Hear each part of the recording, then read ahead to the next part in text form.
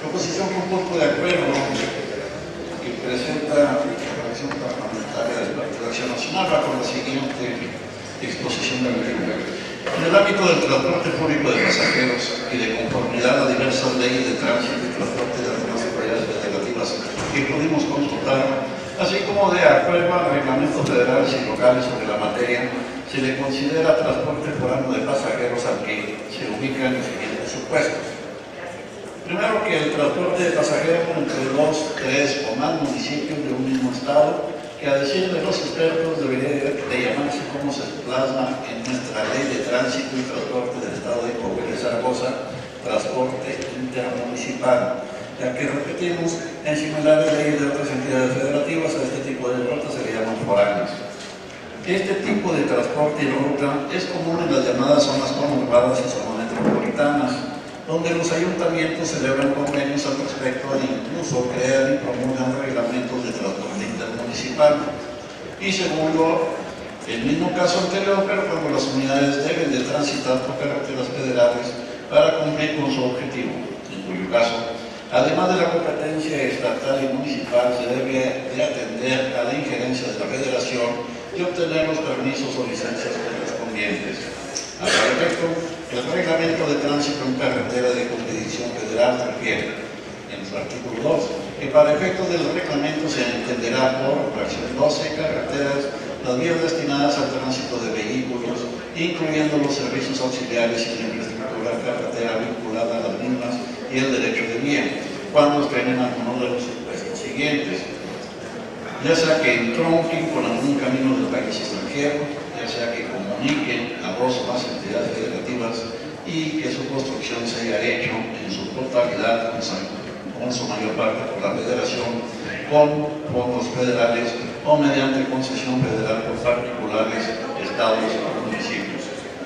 Y en su fracción 13ª, la carretera urbana, se le define el tramo de carretera que cruza por una zona urbana. Por otra parte, el reglamento del transporte federal de servicios auxiliares establece lo que se lee en su artículo 6, que serán objeto de permisos pedidos por la Secretaría los siguientes servicios. Fracción 5ª, requerirán permiso los autotransportes estatales o municipales que transiten por camino de jurisdicción federal. Y en su fracción 3ª dice que el transporte de pasajeros entre dos entidades federativas, cuando éstas hacen frontera común, específicamente los municipios de mayor cercanía de ambos lados de la respectiva frontera que dividen. Por citar ejemplos, la región Laguna, que une a los estados de Durango y Coahuila, y a los municipios más cercanos entre ambos. Nuevo León y Coahuila, que son municipios de mayor cercanía, como Monterrey, Jalisco y Saltillo, Distrito Federal y el Estado de México, y muchos otros casos. En algunos casos existen zonas metropolitanas o conurbadas ya definidas así por la legislación vigente. En otros supuestos simplemente existe una cercanía que obliga a la movilización constante de personas entre dos o más municipios de dos entidades federativas. Este es el caso perfecto y correcto de lo que podemos llamar y considerar transporte por año, el transporte interestatal de personas. Para efecto de la presente proposición, no estamos considerando al llamado transporte turístico ni al de pasajeros que cubre rutas de varios estados de la República y que generalmente es utilizado por quienes viajan de modo poco frecuente u ocasional. Solo estamos hablando de rutas foráneas que cubren el cruce fronterizo de dos estados del país, en concreto en el caso de los trabajadores o empleados que a diario viajan de una entidad federativa a otra para acudir a sus centros de trabajo y al final de la jornada regresar a sus hogares y a sus estados de residencia. La reforma fiscal del presidente Peña Nieto contempla quitar la exención al servicio de transporte temporal de pasajeros. En la iniciativa de decreto por el que se reforman, adiciones y de agua diversas disposiciones de la ley del impuesto al valor agregado, de la ley de impuesto especial sobre la producción y servicios del Código Fiscal de la Federación, se puede leer lo siguiente: limitar la exención en materia de transporte público terrestre de personas únicamente al servicio prestado en áreas urbanas, suburbanas o zonas metropolitanas, donde se señaló el bajo potencial recaudatorio del IVA en México se explica fundamentalmente por la aplicación de diversos regímenes especiales, como son la exención por la tasa 0% a un amplio número de bienes y servicios. Si bien en la presente iniciativa se propone ampliar la base gravable del IVA, eliminando ciertos regímenes especiales, también se pretende que el conjunto de medidas propuestas logren de mayor progresividad al sistema impositivo. Actualmente, la ley de impuesto al valor agregado exenta del pago de este impuesto a la prestación del servicio de transporte público terrestre de personas. Ello abarca los servicios de autotransporte terrestre de pasajeros por año, urbano y suburbano. Con objeto de ampliar la base del IVA, se propone eliminar la exención al servicio de transporte público por año de pasajeros. Por otro lado, el transporte público terrestre de personas prestado exclusivamente en áreas urbanas, suburbanas o zonas metropolitanas, se estima que deben permanecer exentos en todas sus modalidades, incluyendo el servicio ferroviario.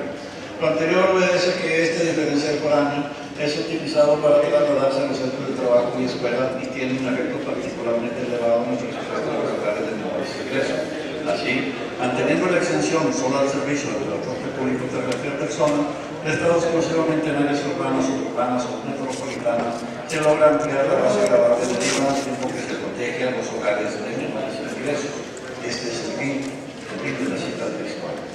Si bien nos queda claro que las llamadas zonas metropolitanas seguirán gozando de la exención ya mencionada, debemos anotar que existe una gran cantidad de regiones que no están clasificadas como zonas metropolitanas o conurbadas.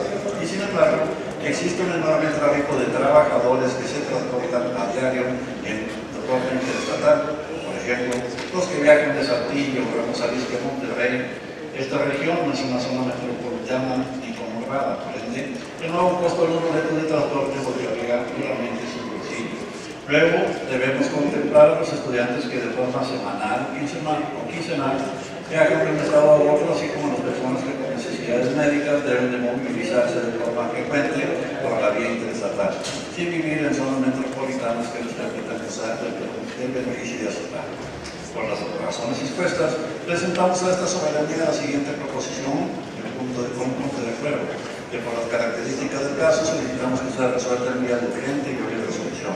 Único, que esta soberanía solicita a las dos cámaras del Congreso de la Unión que analicen a conciencia las consecuencias del respecto al transporte foráneo que se contempla en la reforma fiscal del presidente Peña Nieto y en su caso que se opongan a su implementación por el impacto que resentirán en su bolsillo los trabajadores que deben transportarse de forma interestatal a diario para acudir a sus fuentes de empleo.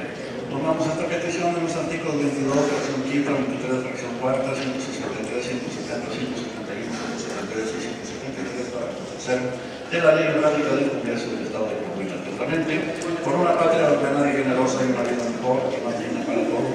Grupo Parlamentario licenciada Margarita Esther Caballo Gómez del Campo. Tendré la voz conjuntamente con el diputado Fernando Simón Pérez. ¿Está, presidente? Para dar cumplimiento al artículo 173 de la Ley Orgánica, vamos a poner a votación en punto de acuerdo para ver si este pleno lo considera urgente y yo vía resolución. Actívese el sistema de votación y ábrase el periodo para la misma.